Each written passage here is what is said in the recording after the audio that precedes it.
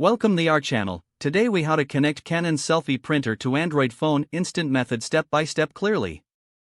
Begin by ensuring that your Canon SELPHY printer is powered on.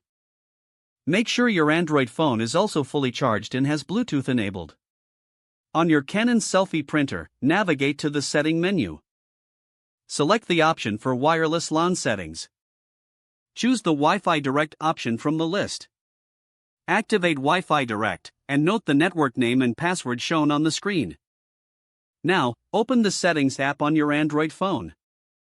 Locate the Wi-Fi settings section and tap on it. Look for the network name of your SELPHY printer in the available networks. Connect to the SELPHY printer's network using the provided password. Once connected, open the Canon SELPHY app on your phone. If you haven't installed the app, download it from the Google Play Store. After opening the app, select the option to print. Choose the images or documents you wish to print from your phone. Select your Canon SELPHY printer from the list of available printers. Adjust print settings according to your preferences, such as size and layout. Tap the print button to start printing your selected images. Wait patiently as the printer processes your request and prints your photos. Once printing is complete, your images will be ready for viewing.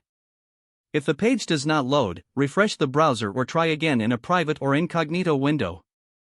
Make sure you are using the correct email address, then retype it carefully to avoid small typos. If your password is not accepted, use the reset option and create a new strong password you can remember. Check your spam folder for verification or security emails, then complete any requested confirmation steps.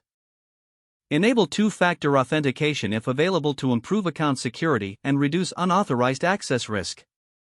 After signing in, review your profile details so your contact information and settings are accurate and current.